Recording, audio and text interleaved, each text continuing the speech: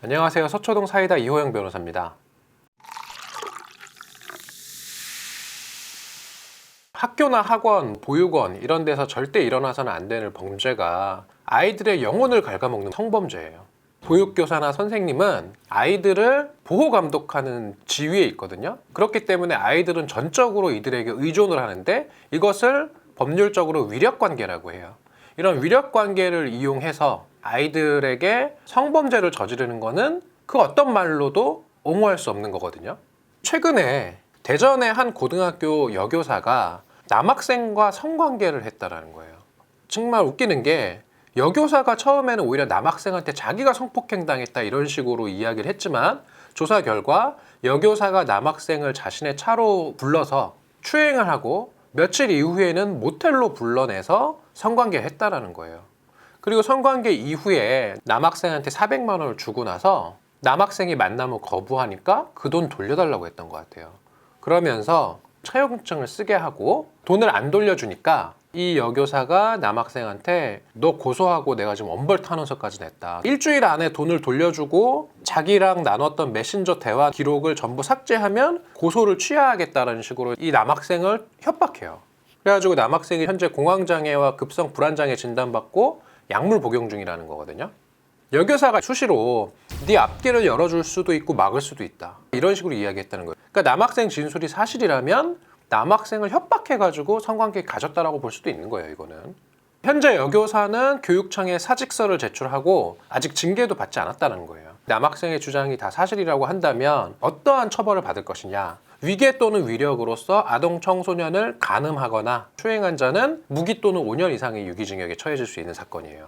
이렇게 아동 청소년을 대상으로 한 성범죄가 계속 발생하고 있어요. 2018년에는 어떤 일이 있었냐, 세종시의 유명 태권도 관장이 20명의 학생들을 장기간 동안 성폭행해왔다는 사실이 드러났어요.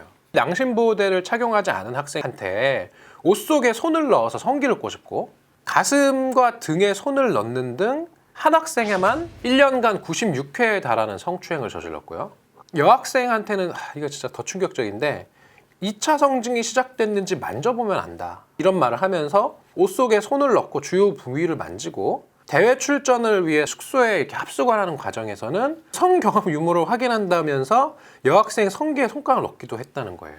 그리고 수업 끝나고 학생들을 차로 직접 바래다 주는데 이 과정에서도 한 학생을 지목해서 마지막에 내리라고 명령하고 으슥한 곳에 주차를 한 후에 성폭행을 일삼았다는 거거든요. 그러면서 내가 정력이 강해질 수 있도록 도와줘라. 어린 여자의 뭐가 묻으면 성관계가 원활해진단다라는 식으로 애들한테 되도 않는 소리를 하면서 아이들을 자신의 성놀이개로 삼은 거예요, 이거는. 그래서 이 재판에서 피해자들이 관장에게 상당히 의존적인 관계인 그루밍 상태였다. 그루밍이라는 게 결국은 상대방을 자신의 영향력 하에 완전히 복종시키는 거예요. 말 그대로 노예처럼 만든 거죠. 저항할 수 없게. 이런 그루밍 성범죄라고 봐서 준강간치상 13세 미만 아동 유사성행위의 혐의에 대해서 징역 8년을 선고했어요. 이렇게 본인의 권력을 이용해서 상대방을 지배하는 그루밍 성범죄 같은 경우는 피해자들이 그냥 속수무책으로 당할 수밖에 없어요. 왜냐하면 상대방을 거의 절대자로 받아들이게 되거든요. 그러니까 상대방이 어떠한 행위를 해도 그냥 그럴 수 있다라고 체념하고 받아들이게 되는 거예요. 그러니까 신고를 못하고 범죄가 묻히는 암수범죄가 진짜 많은 거예요, 이런 사건들이. 그리고 문제는 이러한 피해가 장기간에 걸쳐서 계속 발생해요. 그래서 아동 청소년에 대한 성범죄는 엄단해야 되는 이유가 바로 여기 있는 거예요. 2019년에 판결이 난 사건도 진짜 답답한 건데 중학교 교사가 여자자를 성폭행했어요. 부모와 갈등을 겪고 있는 이 여학생한테 방과 후 수업으로 통기타를 가르쳐주던 남자 교사가 이 학생의 가수의 꿈을 지지하고 격려해 주겠다라고 했었던 거예요. 그래서 교사를 신뢰하게 되고 계속 의존하게 되니까 이 교사가 자신의 차와 집에서 이 여학생의 가슴이나 음부를 만지고 본인은 막 자위행위를 하고 자신의 성기를 만지게 하면서 피해자를 성적으로 학대를 한 거예요. 자책을 한 거예요, 이 여학생은. 본인이 믿고 있던 교사의 행위가 무서웠지만 스스로 성폭행을 감당해야 한다라고 생각했다는 거예요. 이 여학생이 결국 시간이 지나고 나서 고소를 했어요. 재판 받았고 유죄가 인정됐는데 징역 1년 6월 선고받은 거예요.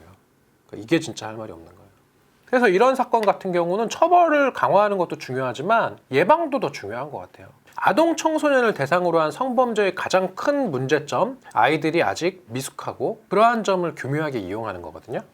그래서 우리가 보육원이나 학교에서 아이들을 어떤 식으로 보호 감독하는지를 가급적이면 투명하게 우리가 들여다볼 수 있어야 되고요. 아이들한테 성 관련 교육을 좀 더 어린 시기부터 시작해 줄 필요가 있을 것 같아요. 작년에 판결 난 사건 중에 11살 때부터 계부로부터 성폭행 당했던 피해자가 있거든요. 5년 만에 신고를 했어요. 중학생이 되어서야. 자기가 너무 어려서 무슨 일을 겪고 있는지 모르다가 중학교 때 성교육을 받고 비로소 자신이 성폭행 당했다는 걸 알았다는 거예요. 이 학생을 만약에 초등학교 한 4, 5학년 때부터 교육을 제대로 시켜줬다면 11살 때 그 계부가 나쁜 짓을 하는 그 상황에서 안 돼요라고 강하게 저항을 하든가 적어도 한 번 피해를 당했을 때 바로 경찰에 신고했다라면 피해의 확대 재생산을 막을 수도 있었겠죠. 그래서 우리가 부끄럽고 덮어두고 아닌 척하고 이럴 게 아닌 것 같아요. 보다 주체적으로 자신의 성적 자기결정권을 행사할 수 있게 해줘야 되는 거예요. 아이들로 하여금. 개방적인 성교육하고 자신의 몸을 지킬 수 있게 해줘야 되는 것 같아요. 그래서 오늘의 사이다 한마디, 아이들을 지킬 수 있도록 성범죄 예방 교육을 보다 확충하라.